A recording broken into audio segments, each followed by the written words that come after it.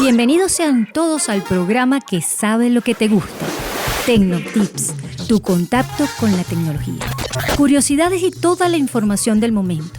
Prepárate, porque empieza tu programa favorito, Tecnotips, tu contacto con la tecnología.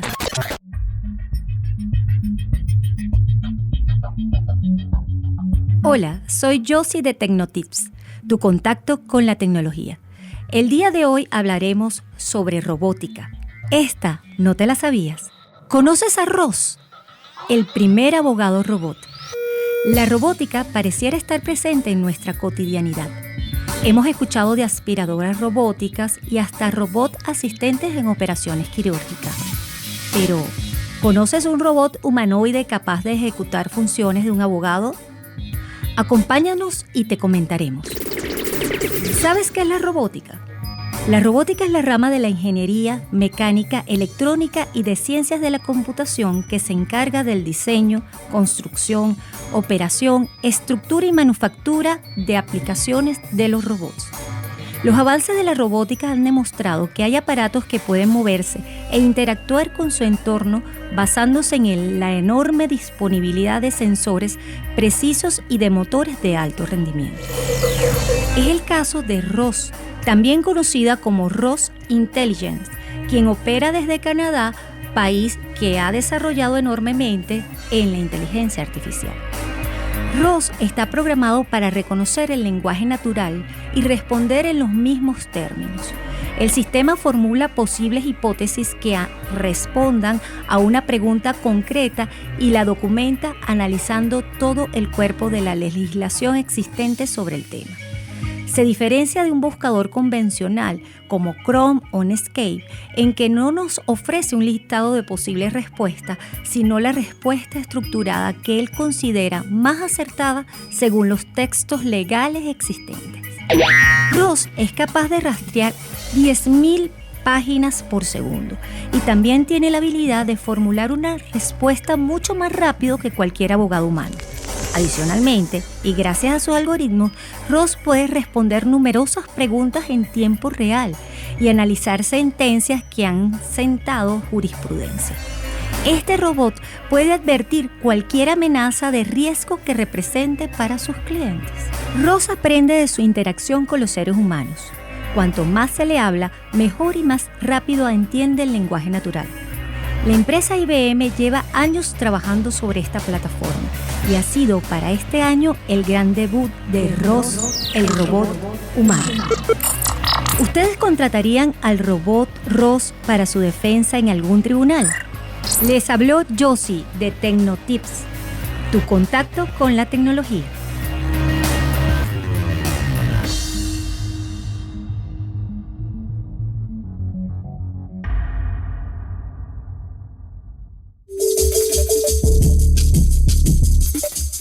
Bienvenidos a Tecnotips, el programa Tu contacto con la tecnología.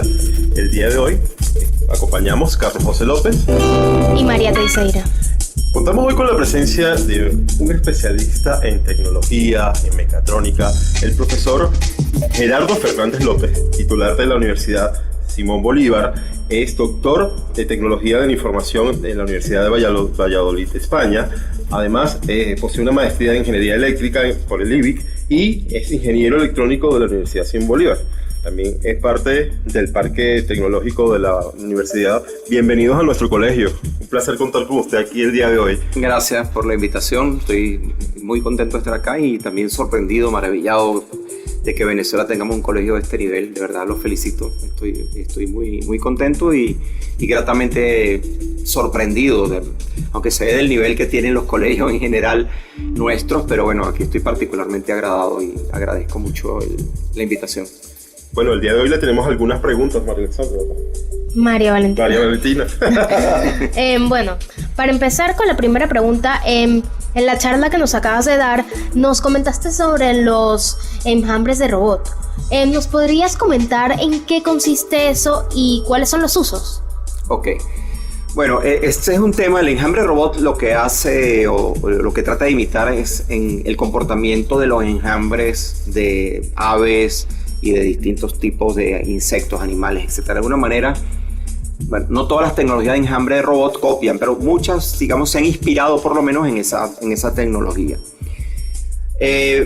Sirve sobre todo para hacer, hay una gran cantidad de tareas que una sola máquina las tendría que hacer de manera secuencial, es decir, una acción después de la otra.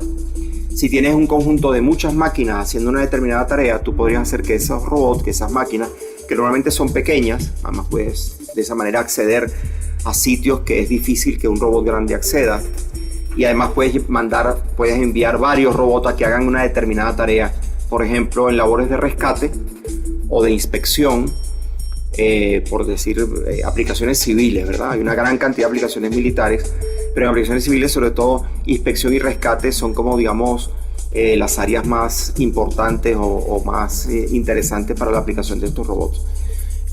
También tú puedes mandar enjambres, por ejemplo, para observaciones de terreno. Hay enjambres de drones, por ejemplo.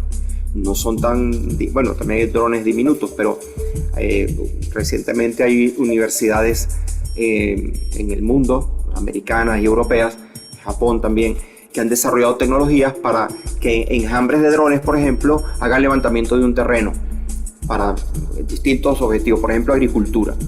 En esa área, por ejemplo, en agricultura, además de los drones, tú puedes tener enjambres de máquinas, en este caso tractores autónomos, o puedes tener cosechadoras autónomas, o puedes tener máquinas para eliminación de, ¿cómo se llama?, de vegetales no deseados, no me acuerdo el nombre específico ahora, pero tú puedes tener, existen ya tecnologías para hacer que varias máquinas que están dedicadas a un determinado terreno con uso agrícola puedan hacer distintas funciones autónomas y se coordinan entre ellas, comunicándose entre ellas. Eso también son enjambres.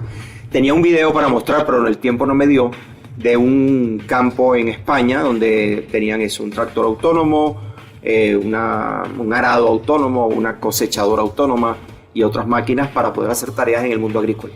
En minería, por ejemplo, hay algunas minas ya en el mundo totalmente automatizadas con enjambres de máquinas. En estos casos son máquinas enormes, ¿no?, pero autónomas y que trabajan en conjunto sin que tengan un chofer para hacer determinadas acciones en la mina, que es peligroso. Actividades en minas es peligroso, entonces puedes reemplazar al humano.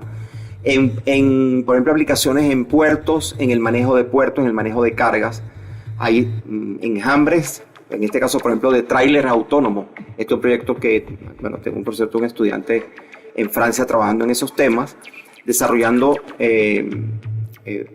camiones autónomos para el trabajo en puertos. Aquí tuvimos una tesis de pregrado en la universidad de un muchacho que también hizo una tesis para el estacionamiento en reversa de un camión con tráiler de manera autónoma. Todas esas son, por ejemplo, actividades que luego con un enjambre, por ejemplo, en este caso de camiones, podrías automatizar un puerto prácticamente sin personal. Y bueno, siguiendo con este tema que es muy interesante, ¿esta tecnología se ha hecho en Venezuela? Algunas cosas. Nosotros hemos trabajado en el grupo de mecatrónica de la Simón Bolívar y espero que muy pronto en el grupo de mecatrónica que estamos creando en la Universidad Monte Ávila poder trabajar en estas técnicas, sobre todo, bueno, por ejemplo, enjambres es una técnica que espero que podamos trabajar, enjambres de robots. También hemos desarrollado submarinos autónomos. Tenemos un par de submarinos que desarrollamos en la Universidad Simón Bolívar. Desarrollamos unas prótesis, es decir, bueno, en el mundo médico las llaman órtesis, pues no son internas, son externas, para, por ejemplo, un amputado unilateral. Desarrollamos una prótesis inteligente que le permite a esa persona pues caminar así normalmente. De nuevo, tenía un video, no me dio tiempo de mostrar, porque me quería acotar a la hora, ¿no? ¿Qué otras cosas hemos desarrollado? Bueno, hay muchas cosas que también hemos hecho en simulación. Algunas no se han podido todavía implementar en hardware. Estamos buscando los recursos. Pero, digamos, el submarino fue construido, 2 prototipos distintos. La prótesis también fue construida, fue fabricada en nuestro laboratorio. Y hemos hecho algunos experimentos para enjambres que quizás también muy interesante que sean no de robot homogéneo, sino heterogéneo, es decir, como en el caso, por ejemplo, del enjambre que te decía para la parte agrícola, donde puedes tener un arado y un tractor, o sea, no son la misma máquina, Las dos son autónomas, pero tienen que trabajar en conjunto.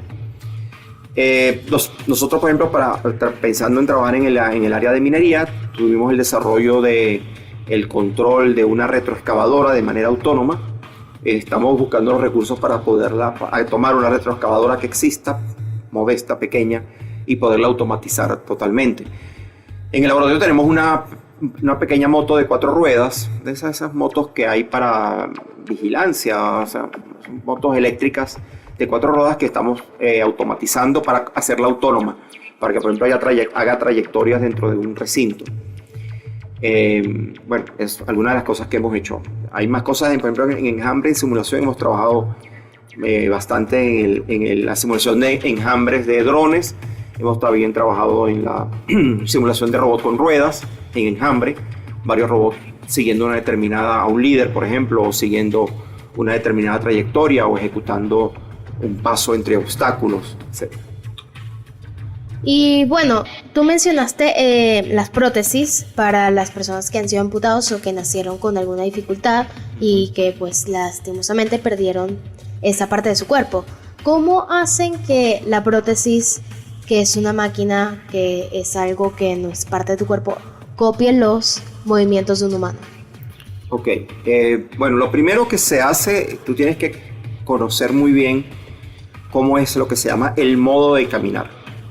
Cuando trabajas en robótica de cuadrúpedos, por ejemplo, se estudia siempre el modo de caminar de los cuadrúpedos. Arrancas por estudiar cómo camina un perro, un caballo, en fin.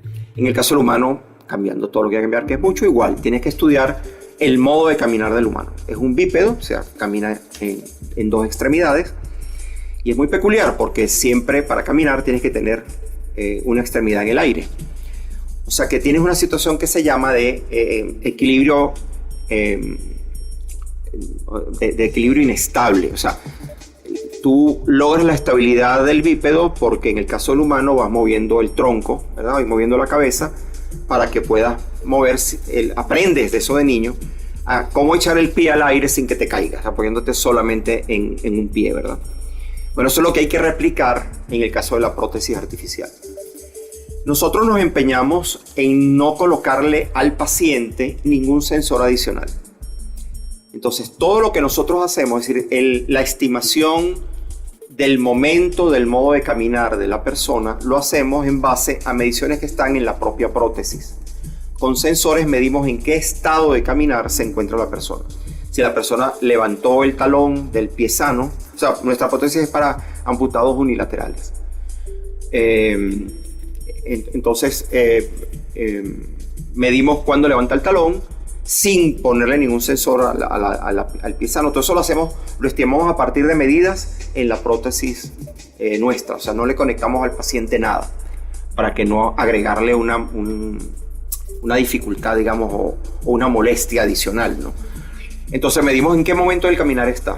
Y una vez que hemos decidido o que hemos detectado mediante esos sensores en qué momento el caminar está, programamos un microprocesador, y esta es la clave, que actúa sobre una rodilla. Entonces, bueno, ¿esa rodilla cómo es? ¿Esa rodilla es con un motor? Pues no, lo que uno pudiera pensar. No, en el caso nuestro, la rodilla está hecha de un material magnetorreológico. Me explico qué es eso. Es una rodilla que tiene un aceite interiormente, que cuando tú le aplicas un voltaje a ese aceite se fluidifica, o sea, permite que la rodilla se ponga flojita, digamos, ¿no? Y cuando cambias el voltaje, esa rodilla se pone más firme, se endurece, para que tú puedas apoyar el talón de la prótesis con seguridad y no te vayas de boca. Porque el día que el paciente se vaya a boca con tu prótesis, le perdió la confianza, y eso es terrible porque hay que volverlo a reentrenar. O sea, él tiene que tener mucha confianza de cuando la pica firme, tiene que estar firme. Y eso se hace porque en ese momento el microprocesador que está regulado o que está midiendo tu modo de caminar, le aplica un voltaje a la prótesis y hace que esa prótesis se ponga rígida o que se ponga flexible para que pueda, por inercia, mover la pierna hacia atrás o hacia adelante. En ese balanceo que para uno es natural, uno no piensa en eso, pero tu pierna se va balanceando. Y de esa manera, pues, replicas el movimiento. No sé si logré explicarme. Ahí es clave el aceite, ese material que tú puedes controlar con un voltaje eléctrico. Y entonces a partir de allí tienes que hacer un algoritmo. Nuestro algoritmo está basado en redes neuronales. O sea, nuestra prótesis se llama inteligente porque en el fondo está copiando el mecanismo de CPG que traté de explicar en la clase de generador central de patrones que tenemos los humanos y todos los animales para poder generar las señales a nuestra prótesis inteligente. Entonces, internamente, nuestro microprocesador está ejecutando un algoritmo de inteligencia artificial. Y esas son las dos claves del algoritmo. Y bueno, siguiendo con el tema de todo lo de robótica y eso, ¿cree usted que es importante que los estudiantes de bachillerato aprendan de robótica? ¿Por qué? Yo no creo que es importante, creo que es fundamental para el futuro que viene. Uno podría pensar, bueno, se adelanta un poco el conocimiento. Bueno, obviamente lo que vas a poder aprender con las herramientas que tienes es más fundamental, que luego en la universidad o haciendo investigación vas a profundizar. Pero es muy importante que tengas ya esas herramientas, que las vayas manejando, que las conozcas, porque son herramientas que en pocos años van a estar en el día a día nuestro. O sea, el uso, por ejemplo, de todos estos, lo que vimos en la charla, ChatGPT o DALL-E 2, que te permite manipular fotos, generar realidades que no existen. Yo supe de un bufete de abogados, donde un abogado en Venezuela, amigo mío, ha generado con estas aplicaciones de inteligencia artificial todos los videoclips promotores o que promueven su bufete. No contrató a nadie, los hizo él, abogado, en su casa, en su computador, usando herramientas de inteligencia artificial. O sea que muy pronto vas a tener consultoría que tiene que ver con esto, o sea, gente que te va a pedir asesoría en el uso de estas herramientas. Entonces, tan pronto las puedas ir manejando, conociendo, sobre todo, fíjate que es importante meterte en ese mundo y en esa forma de pensar, porque programar estas cosas a veces no es una programación clásica. Las redes neuronales no es un programa clásico. Las redes neuronales tienen una forma peculiar. Yo no sé, no lo sé a qué nivel van a llegar en el bachillerato, pero bueno, es bueno que tengas de una vez algunas herramientas para que cuando llegues a la universidad y estos temas aparezcan, pues ya estés mejor preparado para manejarlos. Sin embargo, hay un tema que yo no quiero dejar de mencionar. Dos temas. Uno, es importantísimo la formación básica. O sea, esto no lo reemplaza porque es que luego cuando vayas a hacer estos desarrollos más adelante, ¿qué vas a necesitar? Tu buen manejo de álgebra, tu buen manejo de trigonometría, tu buen manejo de física básica, tu buen manejo incluso de biología, cuando quieras trabajar con enjambres bioinspirados, o tu buen uso de la historia y la geografía cuando quieras hacer arte a partir de inteligencia artificial. O sea, estas técnicas no van a reemplazar esto. No van a reemplazar la formación clásica que tiene que ser una formación completa. Y para ser completa tiene también que incluir el aspecto ético, por ejemplo. O sea, estas herramientas, lo decía en la charla, son muy buenas, son extraordinariamente buenas para hacer el bien y pueden ser extraordinariamente buenas para hacer el mal. O sea, puedes hacer mucho mal y mucho daño a terceros si usas mal estas técnicas. Entonces, no va a bastar solo con ser un buen técnico, hay que tener una buena formación humana, una buena formación en virtudes, una buena formación en valores, una buena formación ética, una formación integral. Colegio Integral de Ávila, bueno, tiene que ser integral. Y tiene que incluir también, bueno, sí, también el deporte y también la educación, digamos, cultural y también la educación ética. Es decir, esta formación en robótica no va a reemplazar, al contrario, para poder entender a fondo cómo funcionan estas técnicas, estas tecnologías, si las quieres entender bien y las quieres cambiar en el futuro, cuando seas investigador, cuando estés en una universidad, cuando estés en un grupo de investigación, ojalá vengas al grupo de mecatrónica en el futuro y ojalá yo esté vivo para verte allí, vas a necesitar toda esa formación integral también, ¿ok? Y toda esta formación que te da el colegio y que te va a dar la universidad en esas áreas: matemáticas, física, biología, historia, geografía. En definitiva, esto es fundamental y es importante, pero no reemplaza la otra formación que también necesitas. Y es más, no menos. Esa es la mala noticia. Vas a tener que estudiar más. Bueno, que me pareció interesante, muy interesante lo que dijiste. Y qué bueno que tocamos este punto de la inteligencia artificial. Ya sabemos que las opiniones sobre la inteligencia artificial son siempre muy variadas, se podría decir. Mucha gente dice que tiene muchísimos riesgos, a otros de verdad no les importa y otros sienten que es lo mejor que le ha pasado al mundo, pues. Pero, en tu opinión, ¿qué nos puedes decir sobre los riesgos de la inteligencia artificial? Bueno, hay unos riesgos generales como toda la tecnología. O sea, cuando se creó toda la tecnología nuclear, obviamente ahí había un mundo abierto de cosas y llegó también la bomba atómica. Terrible. Nosotros podemos obviamente hacer cosas muy buenas con estas técnicas y podemos destruir a otras personas, ¿no? Entonces, riesgos, muchos, ¿no? Imagínate tú que yo genero una carta como esa que vimos en inteligencia artificial. Bueno, eso también lo podría hacer a mano, o sea, pero digamos, podría hacer una carta a una inteligencia artificial y mandarla automáticamente, ahí es donde viene el gran peligro, a miles de personas levantando una infamia contra alguien. Terrible. ¿Verdad? No puedes hacer eso, no debes hacer eso. Ese es un riesgo que tenemos. O puedes crearte una tarea, te piden que te crees un poema, se lo pides a ChatGPT y te va a crear un buen poema. Se lo mandas al profesor y si el profesor se deja engañar, pues ya está, hiciste la tarea, pero tú no aprendiste nada de poesía. Es un riesgo. Pero bueno, hay que prepararse contra esos riesgos para atacarlos y para prevenirlos. Y también en el mundo, digamos, no solamente el colegio, en el mundo de la calle, vamos a decir así, de las finanzas, hay cantidad de inteligencia artificial que se está usando para robarte datos, para robarte cuentas. Eso está pasando y va a seguir pasando. Entonces, cada vez más hay un gran tema que yo no toqué, que aparece en paralelo a esto, que es el de ciberseguridad. Este va a ser el tema de los temas para los próximos años. Es decir, cómo enfrento los peligros que me está creando esta tecnología de inteligencia artificial con unas tecnologías también inteligentes que me permitan combatir el fraude, el crimen, la copia, la mentira, etc. Sí, de hecho, es un punto importante la ciberseguridad porque a diario estamos viendo ataques a personas, llamadas por sus teléfonos, hackeos de cuentas y que lamentablemente parte de esta situación es generada por la misma falta de educación ante este tipo de problemas, de verdad.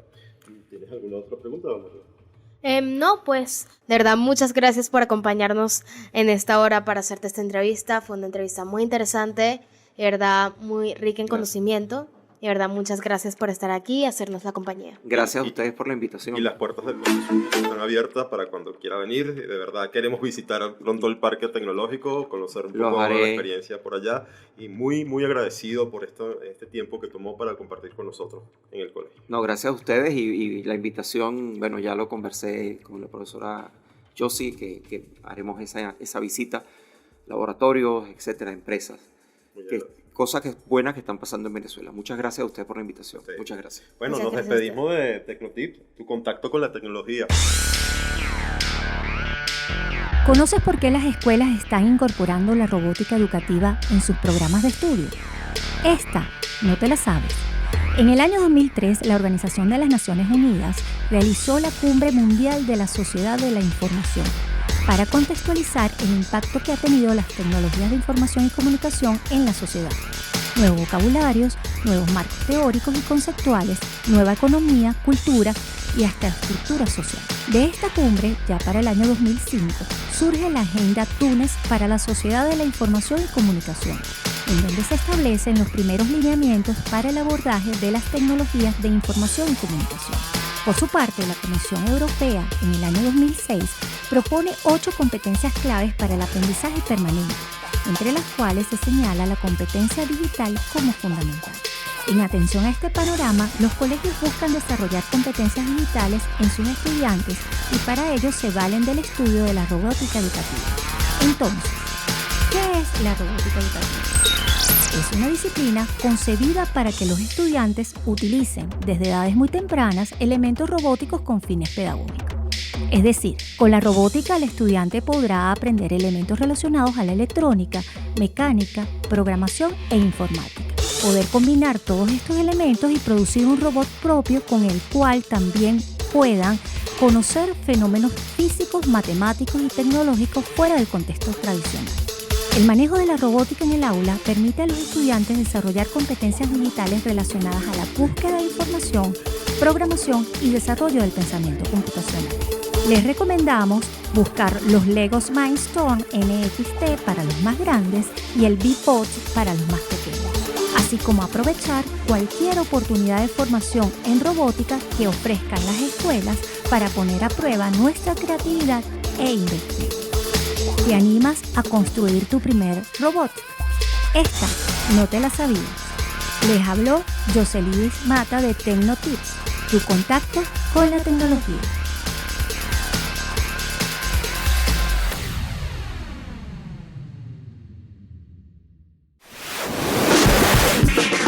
Llegó el momento de desconectarnos. Te esperamos el próximo lunes a las 12 del mediodía. Visita nuestro canal de Telegram, @TecnoTips, piso BZLA, tu contacto con la tecnología.